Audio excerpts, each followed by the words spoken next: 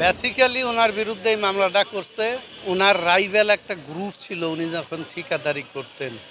স্বাস্থ্য খাতে দুর্নীতি হয়েছে, এটা স্বাস্থ্য খাত দেখবে যে দুর্নীতি হয়েছে, এটা দুর্নীতির মামলা হবে। এটা তো জ্ঞাত আয় বহির্ভূত সম্পদের মামলা না, এটা স্বাস্থ্য খাতের দুর্নীতি আর জ্ঞাত আয় বহির্ভূত সম্পদের মামলা আলাদা জিনিস।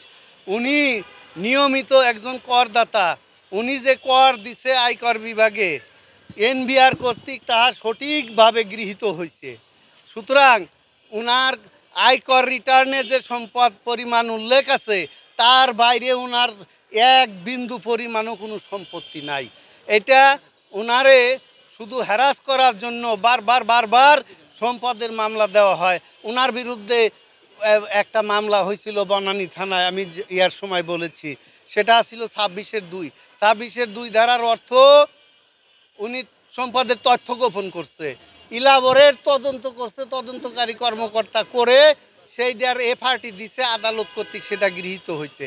একবার সম্পদ যদি সঠিক বৈধ হয় ওই সম্পদ ওই মামলার পরে সে আমেরিকায় নিয়মিত বসবাস করে, এই দেশে তার জ্ঞাত আয় বহির্ভূত সম্পদ থাকার কথা না।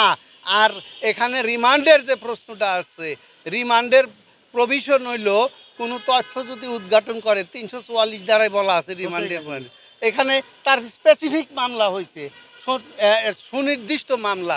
এই মামলা এটা ট্রায়াল হতে পারে, তার জামিনেও বাধা নাই, রিমান্ড দেওয়ারও কোনো যৌক্তিকতা নাই আমরা মনে করি। এবং আমরা শুধু মনে করি না, এটা আইনের দৃষ্টিতে এটা আমি যা বলছি সঠিক কথা বলেছি। আমরা যতদূর ধারণা করতে পারি উনি চার্জের কোর্ট 18/9 তারিখে এইটা নিয়ে পূর্ণাঙ্গ একটা শুনানি হবে।